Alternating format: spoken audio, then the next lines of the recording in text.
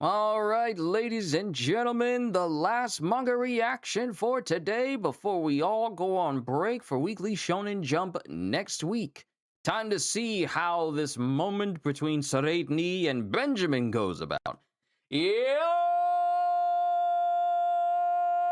peoples! Kyushu92 here. Welcome back to more Hunter x Hunter.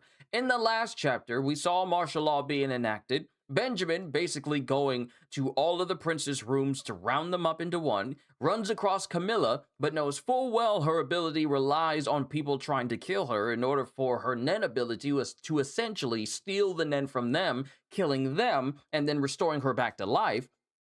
So he poses a question like, does your Nen ability work if you're infected by a virus? Does it rebound back on the person who gave you the virus or on the virus itself? Does a virus have enough aura on it for you to be able to bring yourself back to life if you're infected by it? And it appears that he's possibly exposed Camilla because near his shoe in the last chapter, it looked like something was fizzing or coming out of his shoe. So it's speculated that he possibly released a virus towards Camilla to eventually kill her, but not have her Nen ability rebound on him due to the unique nature of how viruses actually work.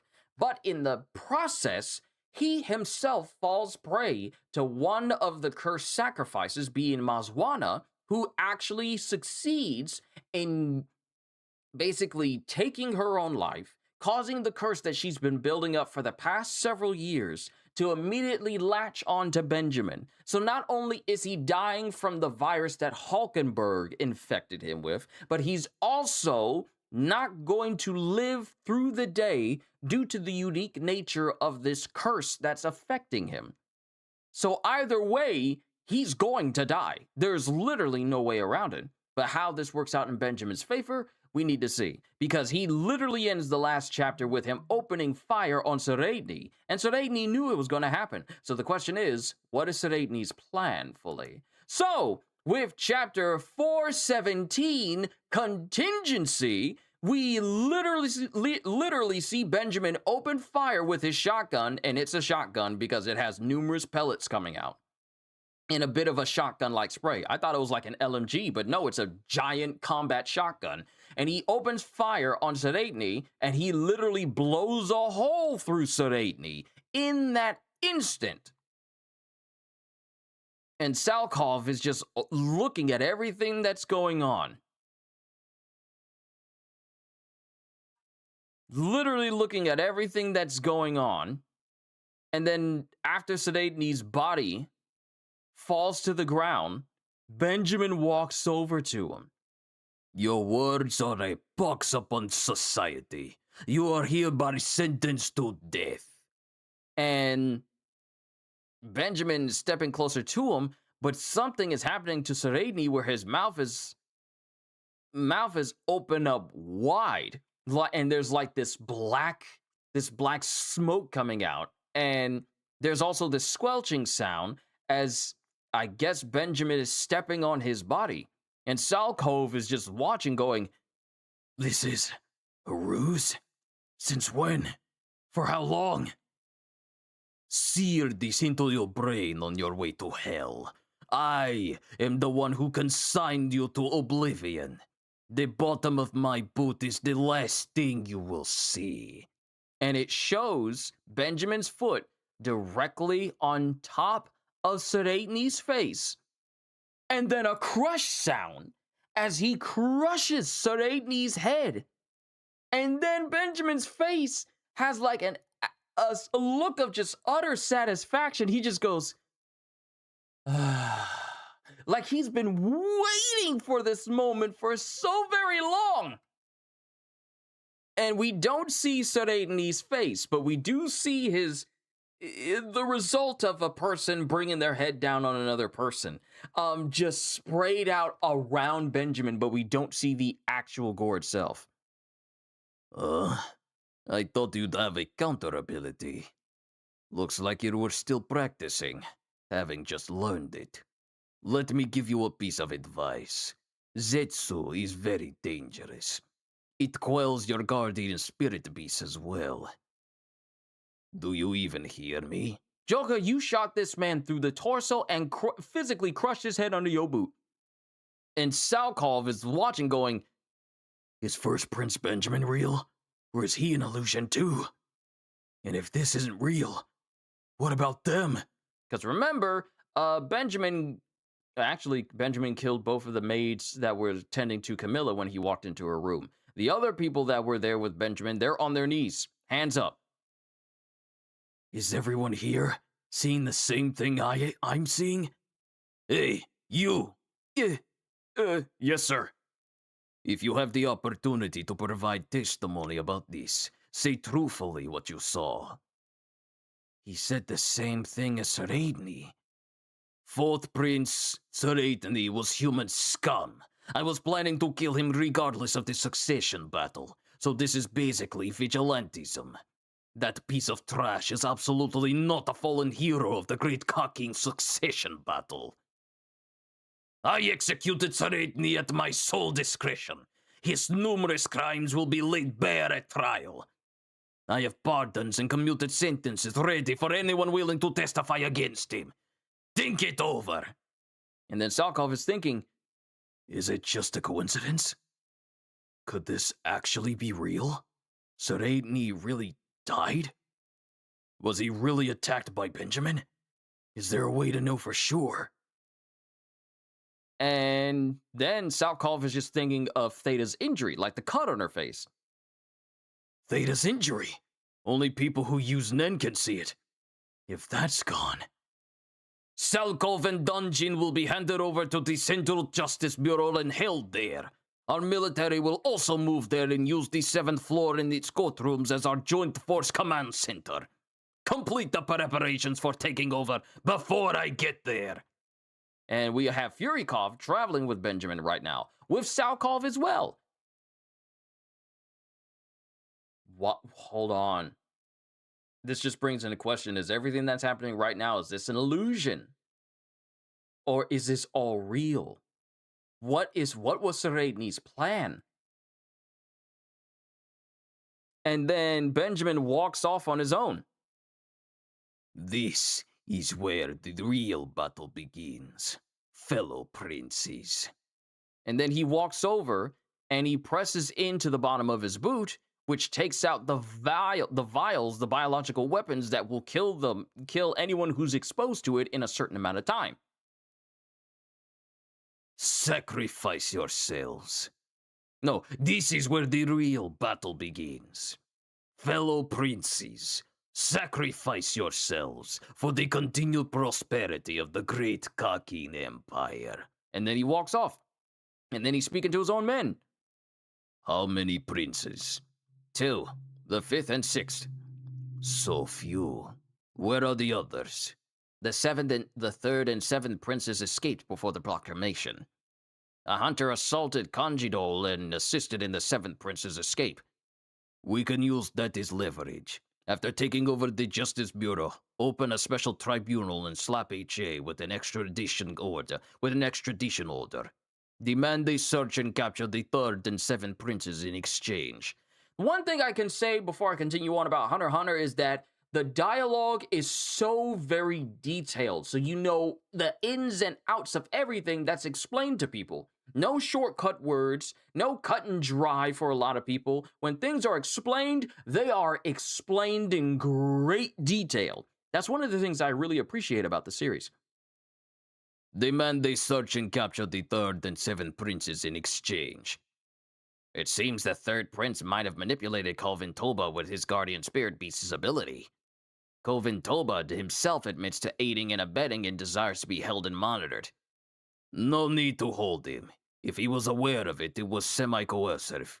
He was manipulated to aid Zhang Lei and under certain circumstances. I will hear them out. As for room 1009, Captain Balsamico was found unconscious, sitting in a chair. He was unharmed, and once he awoke and was asked the questions you had prepared, he proved to be himself without a doubt. What's going on? Wasn't it an ability to switch bodies? It was obvious from Vic's actions. Not auctions, but actions. It was obvious. It was obvious from Vic's actions.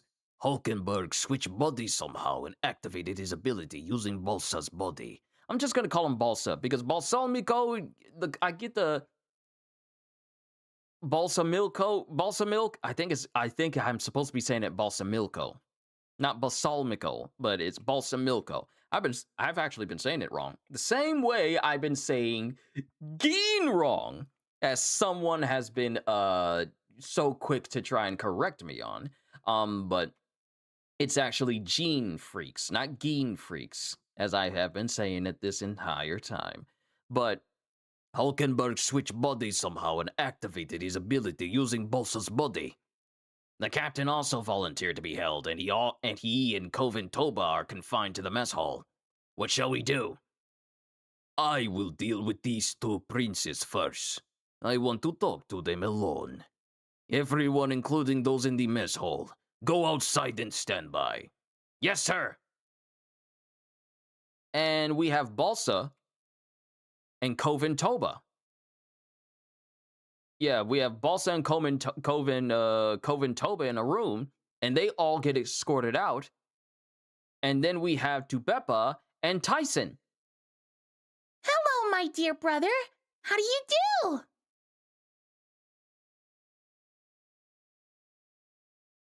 And then Tubepa just goes, honestly, I thought it was Geen because it's scone, not Gene. Yeah, but apparently I've been saying it wrong this entire time. It's supposed to be called his name is supposed to be pronounced Gene Freaks. And if you go to the wiki and you look at how his name is written out in Japanese and how it's enunciated, it is written out Jin, despite it being spelled Ging. Because I originally called him Ging, and then I just started calling him Geen. So I just instinctively thought Gonin Geen, but no, it's Gonin Gene. But it's whatever. Hello, my dear brother. How do you do? Hi. Sorry to keep you waiting, and thank you for your cooperation. I will explain in brief about how we got here. I regret that there was a traitor in my army who stole part of a biological weapon. Oh dear, how scary! Who was it? We know who did it. It was one of my personal guards, who we believe to be connected to Camilla, though our investigation is ongoing. The weapon component isn't usable by itself, but we will do all we can to get it back. Thus the martial law. Why did you even bring it on board? To deal with the dangerous creatures on the new continent. You don't even know if the weapon will work against these creatures in the new continent, because the new continent is literally no man's land, where some of the craziest stuff that people could possibly imagine upon themselves is a common occurrence in the Dark Continent. You developed a virus and you had no idea if it could even work against creatures inside of these creatures inside of the Dark Continent at all? To deal with the dangerous creatures on the new continent. Well, as long as there's no danger of it being used, we can go back to killing each other, right? Really, duh. Dark humor. There has been an update on that.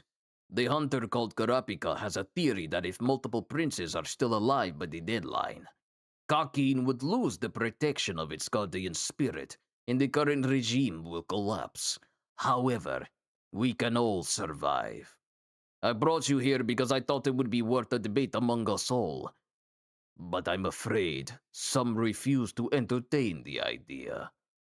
So just like I thought, he's doing the same thing he did to Camilla. There's a hole in his boot. He's letting out the virus through his shoe. Because that same is coming out of his boot when he was speaking to Camilla about what could happen if she was affected by a virus. Would he suffer the effects of her Nen ability, or would the virus? Does the virus have enough aura in it to be killed and thus bring her back to life? He's letting out the virus in this room with Tyson and Tubepa. He's already trying to kill them. I thought he was going to be leading the princess into a room to basically gun them down. That would have been easier, but he's killing them through this virus. Even though he's affected by this virus as well, he's getting Tubepa and Tyson infected as well. Confinement within the VVIP living quarters will continue until martial law is lifted. It's only a matter of time before we reacquire the weapon. As a formality, we will conduct a safety inspection of each of your quarters. Are they setting traps under the covers of these inspections? Did he need to go so far as to declare martial law just for that? There must be another intent.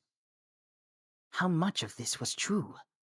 We can be present for these inspections. Of course. I think you're the worthiest to be king, even without the succession battle. Survival of the monarchy and prosperity.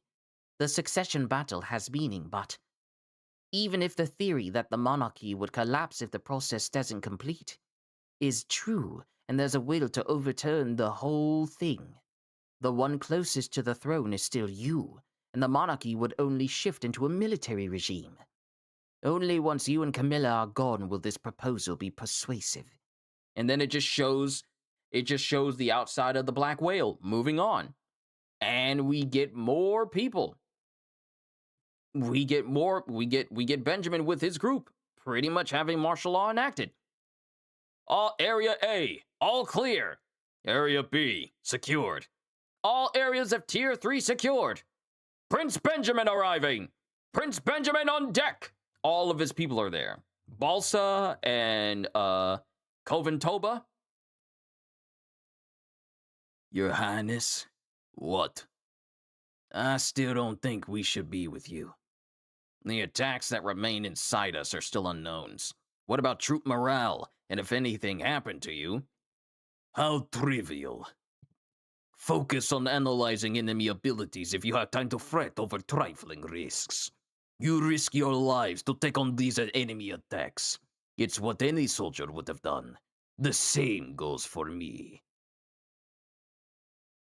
Gyo. And he tells them to use Gyo, and they use it, and they can see the curse affecting him. A curse by Camilla's personal guard. The secret art that they have not, I hear. I'm also infected with TSK, and have half a day left to live. And there's a possibility an even more powerful curse than the have-nots, one beyond place on Furikov, could be turned on me too. So no, this isn't the... right. Here I am thinking that Mazwana was the one who was sent after Benjamin, but no, it was Furikov who's the one whose curse goes after Benjamin. I completely forgot about that from that very chapter when we saw Furikov using that little Nen computer back then, and he couldn't even figure out how to release himself from that curse, and it would take a year to figure out to learn it would take a year to fully learn the curse's abilities and its parameters, and a full additional 2 years just to make a potion to cure him of that curse. And he does not have that a lot of time. I completely forgot about that. So the matter of Mazwana killing herself in order to take out Benjamin was a completely separate matter altogether. That was not related to Beyond. And there's a possibility an even more powerful curse than the have-nots, one beyond place on Furikov, could be turned on me too. Isn't this exciting? And they both just look at him bewildered like, yes, sir. What do we do to the enemy? Destroy them. And death? Our friend. Who are we? Kakin Royal Army Squad. And we have Furikov and we have Balsa, along with Koventoba, traveling along with all the soldiers. I'll look into who the 9th Prince could be currently switched with. The feather on their hand is a giveaway, so discovery will only be a matter of time. I leave it up to you. Find him. The coin is powerful enough that holding it for 10 days makes you spontaneously confess your secrets. So that's what the coin does. The number is currently still 10, but I fear there will be further effects at the next magnitude. Keep it. There won't be any more changes. There aren't many places Zhonglei could go. Herd them from the top and crush them below. Oh, snap, he's rounding up all the gang leaders as well. The onion boss as well. Sheesh, I was eating. If 3rd Prince Zhonglei escaped below Tier 1, I can leave it to the Squad 3 recon team. Detain the Shiyu and Char bosses on suspicions of treason and conspiracy to overthrow the government. Escort them to the Justice Bureau. Considering Zhanglei's path, it's clear Onyor assisted in his escape. Onyor, not onion, Onyor. It's clear Onyor assisted in this escape. That's a felony. Tell them their only valid bargaining chip is the prince's whereabouts. And then, Kovan Toba chimes in. Zhanglei went to Tier 2 right before the declaration, via crossbridge from inside the Shiyu boss residence. Shiyu. We see Shiyu, and then Shiyu, because there's a U next to it. Via crossbridge. Via cross bridge. These words today. Zhanglei went to Tier 2 right before the declaration, via crossbridge from inside the Shiyu boss residence. Currently confirming the route and following his trail. Follow-up report in 15 minutes. Good. Tell the Squad 3 and 7 recon teams and the scouts to focus on capturing Zhanglei and 7 Prince Luzaris. And then we just have this visage of Benjamin's eyes over the black whale at sea going, if multiple princes survive past the deadline, we'll be in the darkest timeline. Does that mean it's equally bad if all of us are dead? Nay, that's a scenario that leads to a Hold on.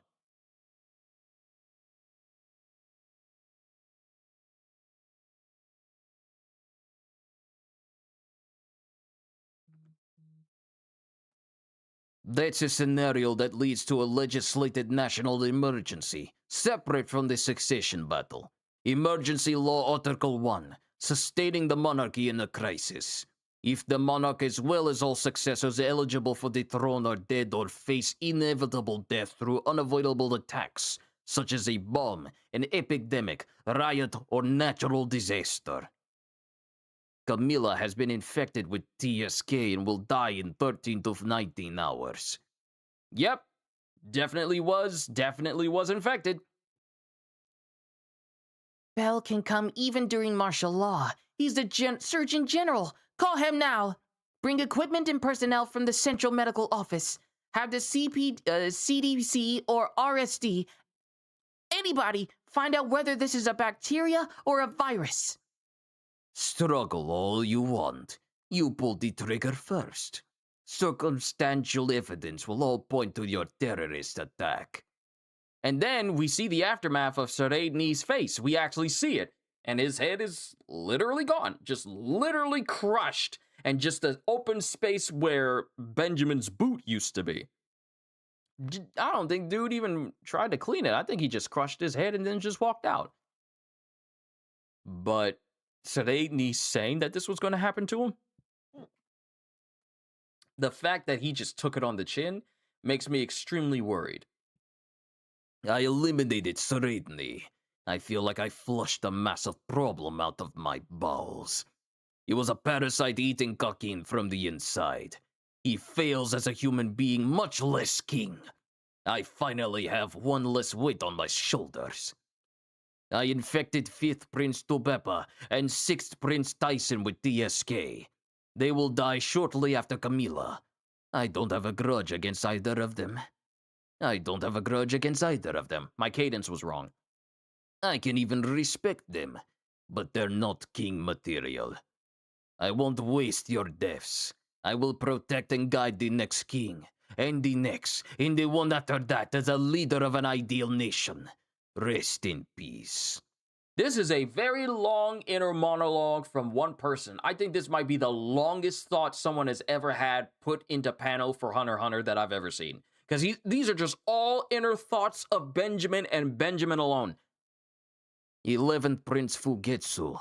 Her haggard appearance following 10th Prince Gacho's death cannot be faked. She was swarming with evil spirits and ghosts attracted to those who despair. Fugetsu is already as good as dead. She has suffered enough. I can at least let her die a peaceful death. The official story will be that she committed suicide by poison because she was afraid of the TSK infection. May she be born into an ordinary family in her next life. 14th Prince Wobble, or rather 8th Prince Oito. Even if it was a last-ditch effort, I'm not impressed by this baby swap. But I can understand how she felt to be surrounded. 14th Prince Wobble, or rather 8th Prince Oito? Is that supposed to be 8th Queen Oito? Isn't that supposed to be 8th Queen? Not Prince? Because Oito isn't a prince. I think that's supposed to be Queen. 14th Prince Wobble, or rather 8th Queen Oito. Even if it was a last-ditch effort. Yes, 8th Queen. Okay, so this is literally wrong. This is literally wrong. This was, I guess they wrote out 4th Prince, and then they put Prince again because Prince was on the brain. But that's supposed to be 8th Queen Oito.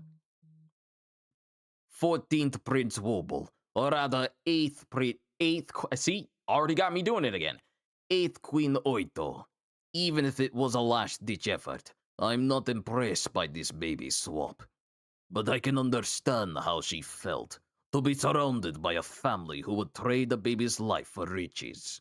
And that her sister, a fellow mother of an infant, was the one who supported her when she tried to defy that fate. It's a fact that it's 99% likely Wobble is ineligible. But who says I have to accept this fact as the reality? It'll be a simple matter to have them officially declared dead in deference to their resolve and the respect for their heart-wrenching decision to exchange their beloved children. If I can prove that Wobble is elsewhere, I will let their clan off with exile. But if the real Wobble is on board, whether she's eligible or not, I will accuse them of using a cheap trick to vie for the throne and have their entire clan wiped out for real.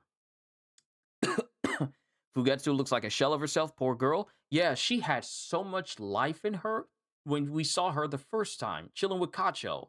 And then when Kacho died, she literally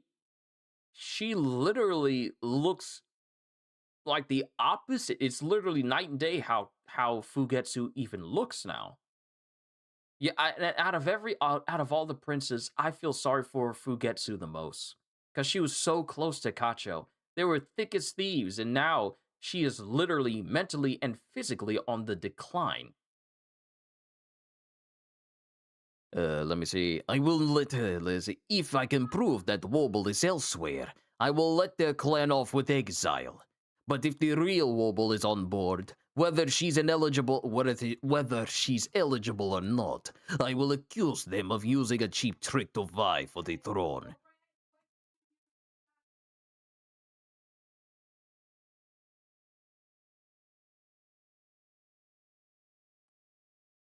I will accuse them of using a cheap trick to vie for the throne and have their entire clan wiped out for real.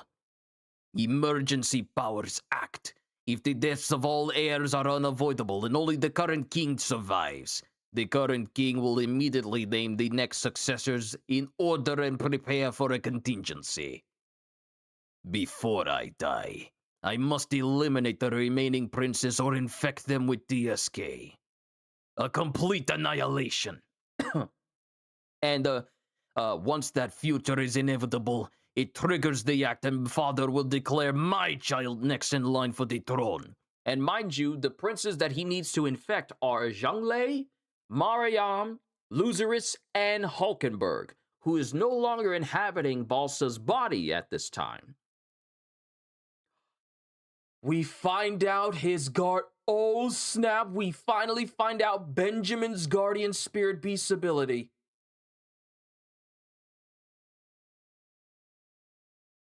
We finally find out what he does. Benjamin's guardian spirit beast's ability. Gypsy Life. Bohemian Rhapsody. After Benjamin's death, it fuses with his Nen and selects one of his blood relatives to become their guardian spirit beast.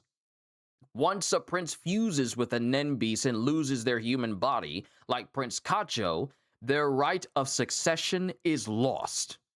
The criteria for selecting which blood relative to haunt can be determined by Benjamin ahead of time or left to his guardian spirit beast's discretion. Forever after, the same criteria will be used every time the host dies, and a new host must be chosen. This is how Benjamin intends to live forever. When he dies, he will fuse with his. Now we know exactly how it's going to work. He intends to fuse with his spirit beast ability will make it so that it fuses with him. And then he'll be able to choose who to inhabit next. And after that happens, when the next host dies, he can then choose again the next person to be the guardian spirit beast over. But he'll still have his own will and consciousness, meaning he truly will be able to rule forever as the guardian spirit beast of those he connects to. But it has to be a blood relative for it to work. So when he has his own children, he'll be able to basically be the guardian spirit beast of that child and basically govern them. And only those with Nen would be able to see him or even interact with him. But he'll essentially be basically an immortal immortal spirit, a guardian spirit beast that has this ability. Now we know how the whole thing about him ascending from his human flesh is actually going to happen because of his guardian spirit beast's actual ability. According to Furikov, my guardian spirit beast's ability is one I can use to protect the Cocking Empire for all eternity. If Beyond's curse is directed at me, the surest way, the surest, I said surest way, but it's surest. The surest way to undo the curse is to bounce it back. I must die first. If by chance Beyond's curse activates first, depending on its power and nature, there's a risk it may render my guardian spirit beast powerless. Okay, so we have a little bit of a concern.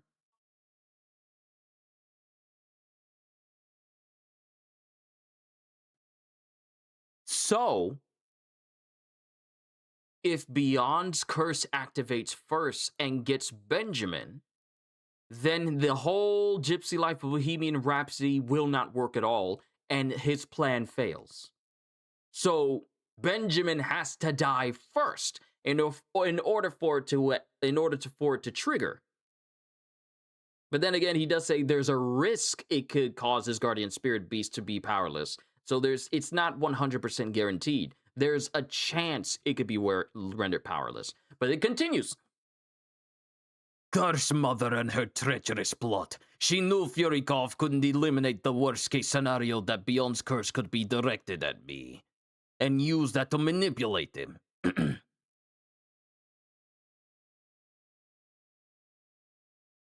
The way this sentence was read out. Curse Mother and her treacherous plot. She knew Furikov couldn't eliminate the worst-case scenario that Beyond's curse could be directed at me and used that to manipulate him. She gave him the DSK, knowing that my desire for national prosperity and selfless service to the public would lead me to declare special martial law. Selfless service? Dude, everything you're doing is self-serving. You literally have no problem killing your own siblings if it means you get to rule over this country for forever. That doesn't sound selfless to me. Through Furikov, she encouraged the murder-suicide of the other princes. She wants any one of her children to become king. When she learned of Beyond's ambitions, she shifted her focus to the brother who can be manipulated to the brother who can be more easily manipulated. How dare she abuse Furikov's loyalty and mock me? I'm sure that seeing my actions, she is assured of her victory. Unfortunately, I will ask her to choose her own life or that of her brother. The ultimate choice. And it shows Benjamin with absolute resolve on his face. And that's the end of the chapter, and we're going on a massive break next week, along with all of Shonen Jump. Weekly Shonen Jump. This was definitely a massive chapter. Wow. Wow. Way more talking than it was last time, but thankfully not too long where it takes me 45 minutes in order to get through it all. So, going through all the clip notes, he shoots Saraitni, who knew this was going to happen to him. Some sort of black. And the thing is, after Saraitni was shot, Saraitni's mouth is open wide.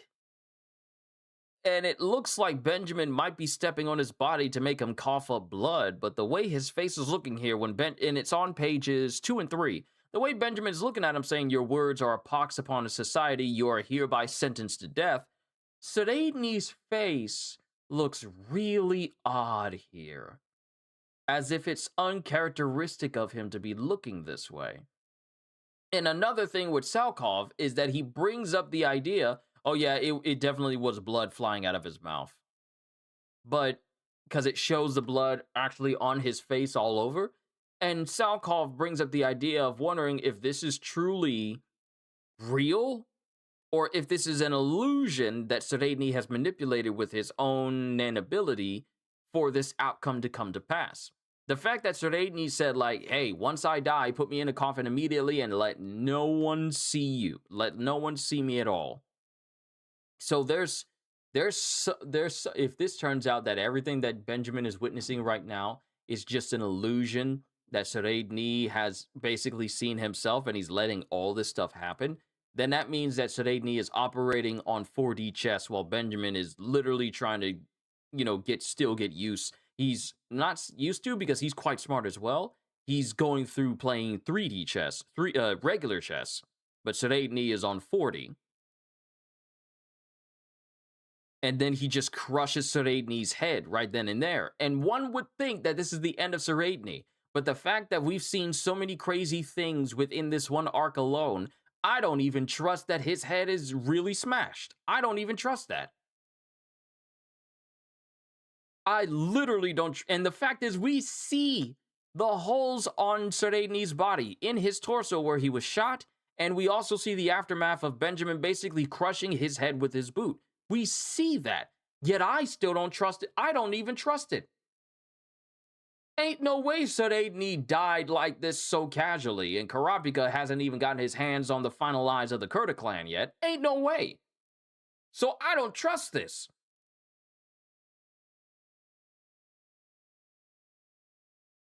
I don't trust it. And then Salkov is being let out, and they're going to be held, if you have the opportunity to provide testimony about this, say truthfully what you saw.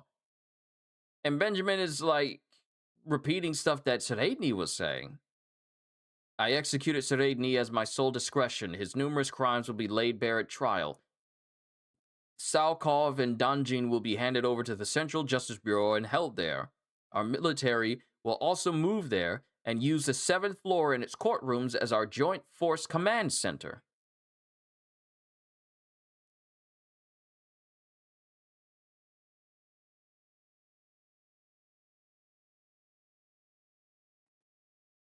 And then he starts telling the rest of his people, complete the preparations for taking over before I get there.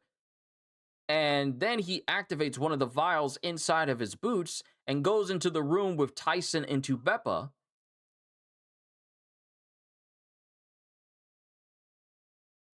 And then he's talking to them saying, like, I want to have this chance to talk to you.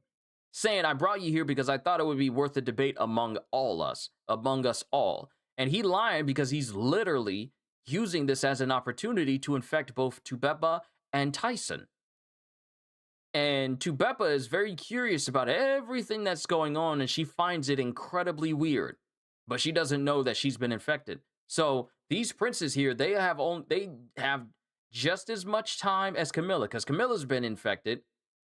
And Camilla's trying to get doctors to try and figure out this virus and in order to get a cure, because he's using that owl eye nen ability that he took from one of his other men to spy on Camilla, and she's trying to get a doctor to solve this whole thing. But she's going to be dead in 13 to 19 hours, and Tubeppa and Tyson won't be far behind. First Queen Unma is closely working with Beyond's curse, even taking advantage of it to manipulate Furikov. Yeah, essentially, There's a lot of backwards manipulation going on. Benjamin also says she wants to make one of her kids to be the king, but also she infected his own son. Exactly. One of her kids to be the king, but also infected Furikov as a contingency.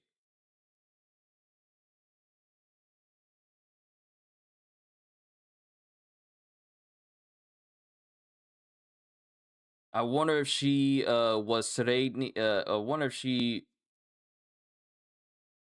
was Seredni is that son. I wonder if she was her and Beyond's son. It'd be something because one of the princes, we haven't exactly figured out which of the princes is actually the child of Beyond, right? We haven't figured that out. Matter of fact,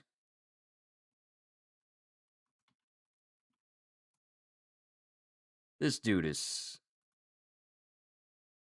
Let me go over here. Let me go to let me see. The only queen with any connection or mention of Beyond so far is her. Yeah.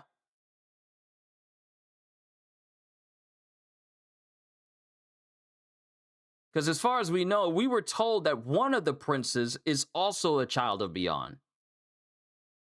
Furikov is a son of Beyond, but he's not a prince. But apparently one of the princes is also a child of Beyond as well, or at least that's one of the speculations. So we have Isaac Netero, who was his father. We got Long Yi, who is his daughter. We got Makaha, who is his daughter as well. And we have Furikov, who is his son. And several unnamed children. But it's speculated that one of these princes is also a child of Beyond as well. If it turns out it's Seredni, I wouldn't be the least bit surprised.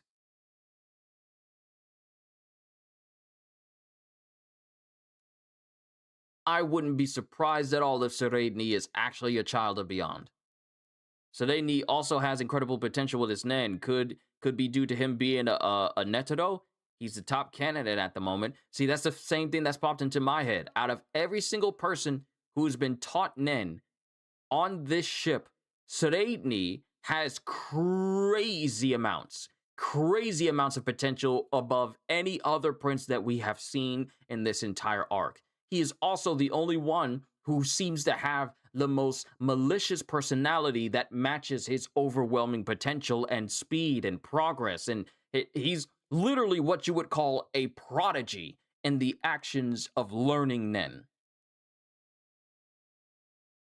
Due to the fact that he's taken all these days training and he's reached a level that would take people months in a matter of days. People that have trouble learning Zetsu and Gyo and all these elements of Nen, he has learned it to the point where they're almost as if they're second nature to him. And then him learning that he has the ability to look into the future and subtly manipulate it, and the only thing he's really focusing on is getting his Zetsu to a point where he can actively extend how long he stays into this space, so that way he can affect the future around him with his Nen ability.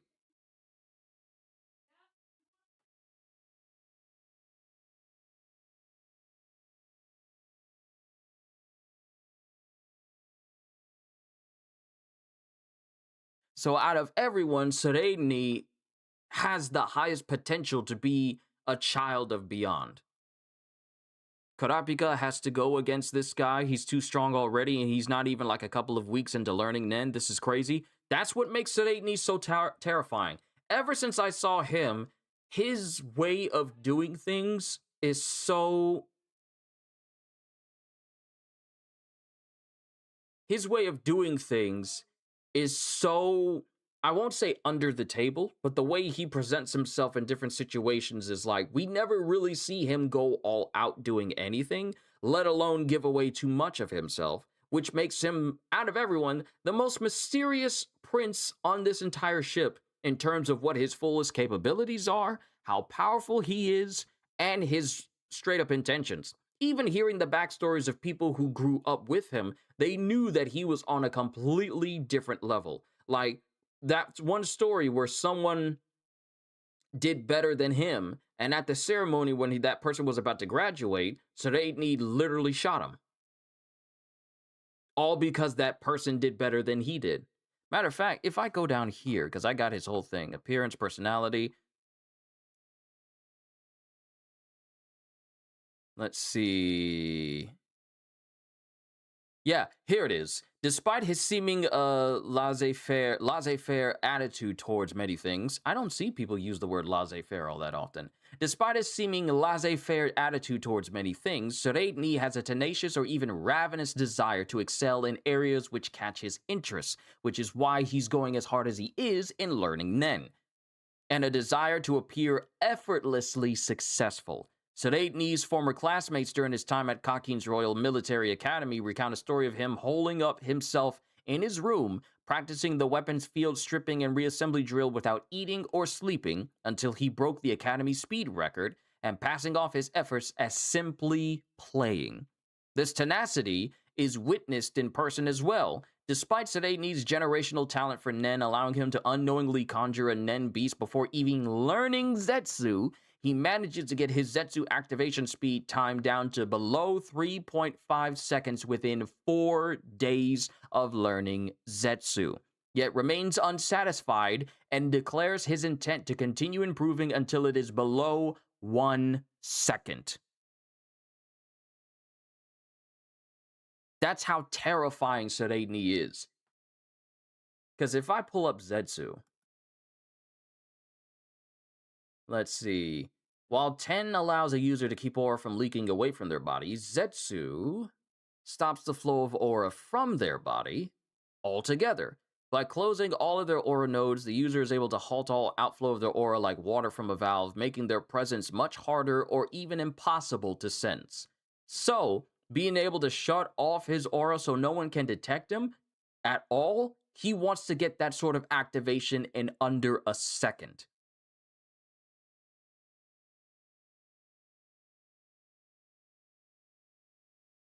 Shutting off the nodes in their eyes prevents the user from being able to see aura, but since they are no longer surrounded by their own aura, they become more sensitive to the aura of others. The enhancement in perception is such that Zetsu can counter In, although it is not advised to employ it in this way. This technique is thus doubly useful when tracking another person, as it will make it easier to follow them and prevent other Nen users from noticing their pursuer. However, there are many ways to perceive a person hiding with Zetsu, aside from the effectiveness of the 5 senses. Particularly perceptive individuals are capable of detecting the gaze of another person, although they might not manage to discern the position and number of onlookers.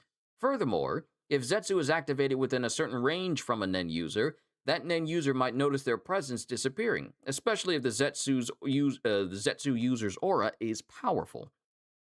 Despite the technique not affecting vision directly, activating Zetsu in front of someone else will give them the impression that the user has turned transparent.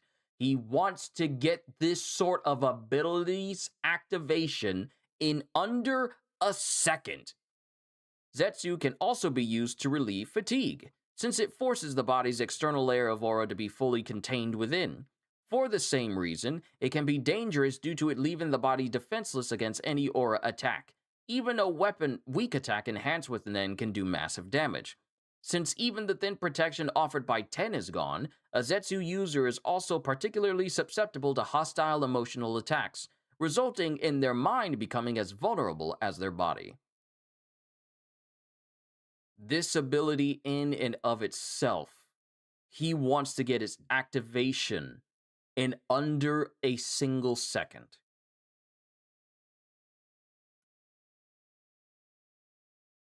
Benjamin should have known that there was something wrong with Suraidni, because no way your worst possible enemy just went out so easily. That's some serious underestimation by him. Exactly.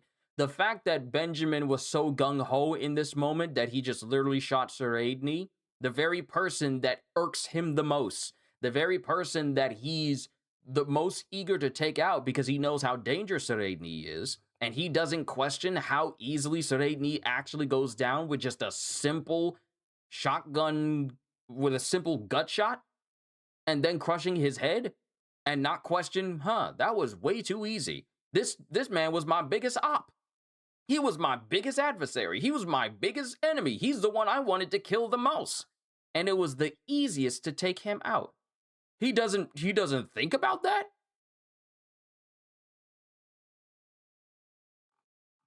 But yeah, going all the way down.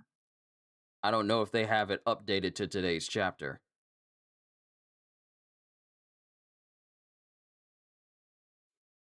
Let me see.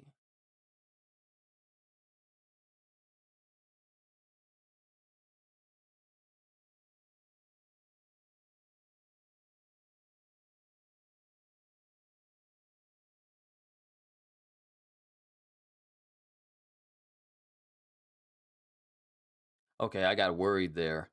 I got worried there for a second because it showed more underneath. Salkov wondering what he was seeing. Let's see. When Benjamin breaks into room 1004, he finds that all of Seredni's men have already been instructed to surrender, with only Seredni, and it says Seredni in parentheses, himself maintaining a standing position.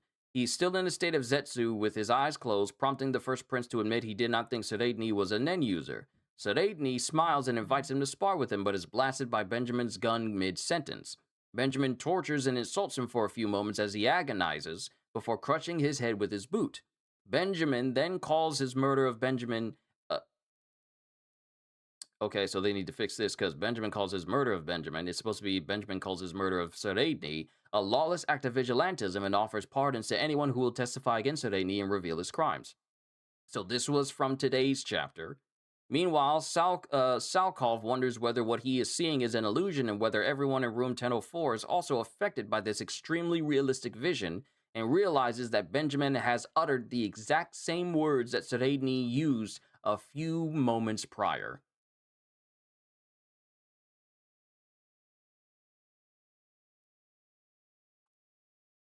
So this just proves, I mean, it should be obvious. This just proves that the Seredni that we just witnessed is not the real one. What we're seeing here is Seredni allowing these events to play out. Because remember, if I go down to his ability and his capabilities, his parallel future, when Seredni closes his eyes and activates Zetsu, he receives a vision which he refers to as precognition or dream of the following 10 seconds. The vision is instantaneous, no time passes in the present between its beginning and its end, which are signaled by a sound and a visual pattern akin to static on a television. If, after those first ephemeral 10 seconds, he does not open his eyes or rescind his Zetsu, time outside of his premonition resumes moving as normal, but he continues to see 10 seconds into the future. The time in the vision in the real world unfolding in parallel, but the one in the premonition running 10 seconds fast. In this state, Seredni can see and hear what passes in his vision, while at the same time perceiving what occurs outside of it, and recovers his ability to move. So this man is looking at all these events transpire about him getting shot and witnessing it from the outside. But mind you, it says the first ephemeral 10 seconds. But who's to say he hasn't already learned to extend it even further than that? While he's been practicing his Nen, who's to say he hasn't already learned how to extend it so that everything that just transpired with Benjamin in the room, he's literally outside of that time and space, witnessing all of that happening to him. After Seredni rescinds the precognition part of the ability, a subsequent stage of the ability begins, and everyone who was shown in the vision except Seredni himself will perceive the next 10 seconds unfold exactly as he predicted, even if Seredni used his foreknowledge to change his course of action. It appears that Seredni can end his ability without forcing others to see his premonition, as he was able to communicate the future he was seeing to Salkov. Otherwise, the premonition can seemingly affect everyone in an area at least as vast as the near entirety of room 1004. So this man is capable of seeing into the future, and he can choose whether or not people can perceive that as well, or leave people bewildered by it, but he also is capable, he's capable of moving outside of that space. Because the same thing that I can't believe we have a diagram to explain his ability, like Kinji Hakari's ability. Exactly. So what gets me is that this man has already cheated death once. He's already shown that he's capable of avoiding getting killed. Because when Theta tried to gun him down, he literally saw that future and placed himself out of the way, and Theta couldn't even tell what was going on. And he was just fine, just chilling right behind her. So who's to say? It feels like he's done the same thing again, but he's learned how to extend the illusion of this premonition. Because think about it. It's not an illusion. What Seredni has done has allowed everyone to perceive the premonition of him dying by Benjamin's hand, including Benjamin, in real time. But he's actually watching all of this unfold. He's alive, and he watched Benjamin do this because he placed himself outside of the flow of time using his own inability. He literally watched Benjamin do that. But he just allowed that premonition of him getting shot to play out while he's just watching from the sidelines. Because we know how his ability works. He's literally telling Salkov everything that's going to happen. He's literally telling him everything that's going to happen in the premonition that he saw. But he also placed himself outside of it, so that way that premonition plays out, but he's not actually dead. The same thing he did to Theta the first time. It is currently unknown if this ability is connected to the Nen beast the prince manifested previously, although the vision's point of view corresponds to one of the beast's positions. The precognition's similarities with Neon Nostrade's power suggest that it falls in the specialization category, and the specialization Nen users tend to be the most varied and sometimes the most dangerous as well. So this man placed himself out of the flow of time to initiate a premonition that everyone, including Benjamin, fell for, and he's just waiting.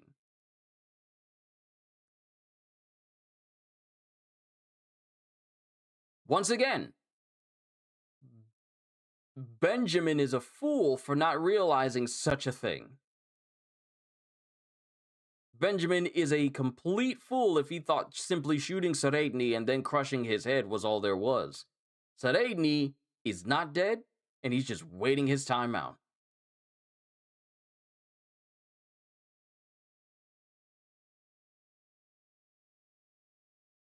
Man. And we go on break after this, too. We go on break after this. Still can't believe Lucy should have known that there's something wrong. Sorry, got another video playing in the background. Pause, just pause. Thank you. So with all this going on and Benjamin just laying out his plans, we also find out Benjamin's Spirit Beast ability, which means that he will literally fuse with his Spirit Beast and the ability is called Gypsy Life Bohemian Rhapsody. And it'll fuse with his Nen and select one of his blood relatives to become their guardian spirit beast. Literally, all that is Benjamin will fuse with the spirit beast, and then he will become the new guardian spirit beast of one of his blood relatives. And if that's one of the sons who becomes the king of Kakin, then he could literally rule over his own son as a guardian spirit beast that can't really die. And until that next host dies, he will be able to rule over them. So the question is, if he brought it down to 1 second, does this mean he can see 10 seconds within that 1 second? Well, since we know that he can make it so he can view those full 10 seconds and the flow of time outside of that when it transpires, no time is moving at all. So the 10 seconds that he perceives, time doesn't even move in real time when he's getting that premonition. He can see 10 seconds, but 10 seconds in real time doesn't even move. That's the scary thing about Seredni. So if he were to activate Zetsu in less than a second, then that means in less than a second in real time, he would have already seen 10 full seconds into the future. And once again, I bring up the possibility of what if he's actually been trying to learn to extend the premonition itself so that he can view longer in a shorter amount of second type time. Because if time doesn't move while he's viewing this premonition, and then time picks up after that time limit of the premonition goes up, if he learns how to extend that time, he could perceive so much, and not even half a second would pass in real time. You know, much faster than people can react to stuff. He could literally view a premonition where he can shift himself out, see everything that's going on, full length amount of time, but no time moves in real time, and he can choose whether or not people can perceive this premonition or not. That is a very scary ability. Because there is some warping of time itself that Sreitni now has at his disposal. Yeah, that's what I was wondering as well. If he could see a minute before everything is happening, that would be crazy. 10 seconds is already a lot. Yeah. 1, 2, 3, 4, 5, 6, 7, 8, 9, 10. When you're counting, 10 seconds may not seem like a lot, but there's a big period of time in 10 seconds alone. If he were to ever extend how long he can spend in that premonition, and no time passes in real time for those who don't perceive what's going on, and he's capable of displacing himself out of these premonitions so he can avoid fatal blows, and he can just view everything as its own personal real, and choose to remain within that premonition so that it goes forth and goes as soon as 100% like he perceived it, or have it happen differently by placing himself outside of it. Out of every Nen ability we have seen this entire arc, ever since we got on this ship, Sreitni's ability to basically look into the future and alter his own course of this future is crazy. Is by far one of the craziest Nen abilities. Crazier than Neon's ability to essentially tell the future because of her own Nen ability. Or even Gon's ability to accelerate his body using Nen to become powerful enough to fight off a royal guard of the Chimera Ants. The ability to look into the future and decide whether you want to be a part of it or not, that's layman's terms. We have a big description, but in layman's terms, Sreitni's ability is the ability to to literally peer into the future and choose whether or not he wants to be a part of that. In the too long didn't read version, he can look into the future and choose whether or not he wants to be in it. If he sees a future where he dies, he can choose not to be a part of it. Unless it's like a nuke or something which you can avoid, no amount of time can save you, but a shotgun is a least of his worries in this point.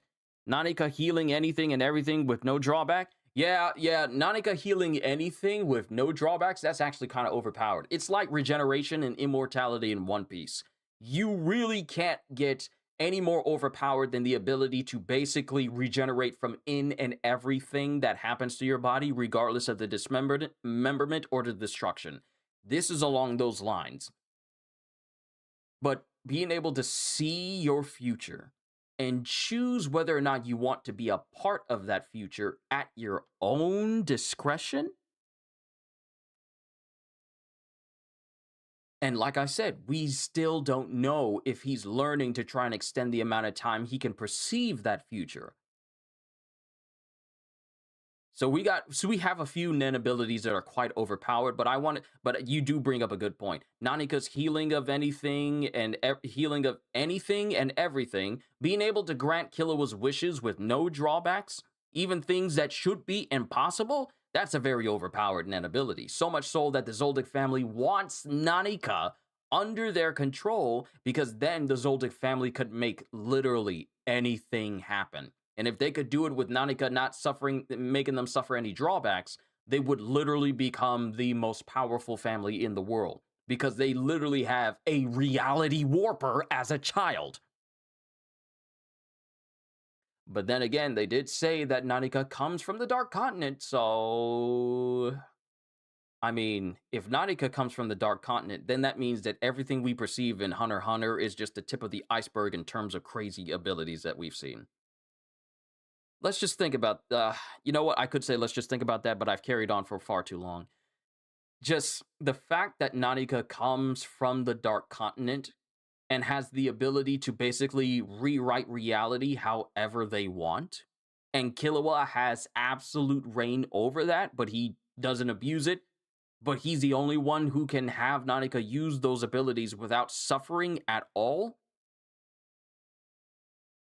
And they come from the Dark Continent. I don't think anyone on that ship is ready for everything that's about to go down once we hit the Dark Continent itself. I don't think anyone is ready. Because the Dark Continent is the area of Hunter x Hunter where anything you could consider impossible is possible. Impossible or improbable or not possible, those words do not exist for the Dark Continent. Man, the more I think about it, the more I'm just bewildered by the fact that everything we're witnessing on this ship as we sail to a continent where the sky's the limit on the amount of crazy you can see. Wouldn't it be something if we go on like a massive break before we actually step foot on the Dark Continent and then we start the whole Dark Continent arc? Wouldn't that be crazy after we're done with the ship itself? We still got a couple months before we even get to the Dark Continent in story. But wouldn't that be crazy if we just go on a big hiatus before we start the Dark Continent arc? Wouldn't that be crazy? But, like I said, I've eaten up too much of your time already. I got a One Piece episode to react to, and then I'm just chilling for the rest of the day. But this was definitely a good chapter. The fact that Soreidni just allowed this to happen. We still have so much to go till Dark Continent. I know, I'm speaking way ahead, but there's just way too much stuff with just a succession battle alone. The succession battle alone. That it's going to be a very long time before we even get anywhere near the Dark Continent. Because we still got the Phantom Troop on board. We have the notion of Gon and Killua possibly joining us at some point in the future or so. But there's a lot. But I am heavily invested in Hunter x Hunter, and I can't wait to see what the next chapter has. Like I said, we're going on break next week because of the Yoban Festival in Japan, so all of Weekly Shonen Jump will be going on a break. But for everyone, all I can say is, from Kratos to anyone else who's watching, hope you all enjoyed. Can't wait to see you all in my next video. And if you would like to support this channel a little bit extra, then you can check out my membership here on YouTube or me over on Patreon, because I am always looking forward to entertaining you. And because I know you're coming back anyway. Have a fantastic day, and once again, as always,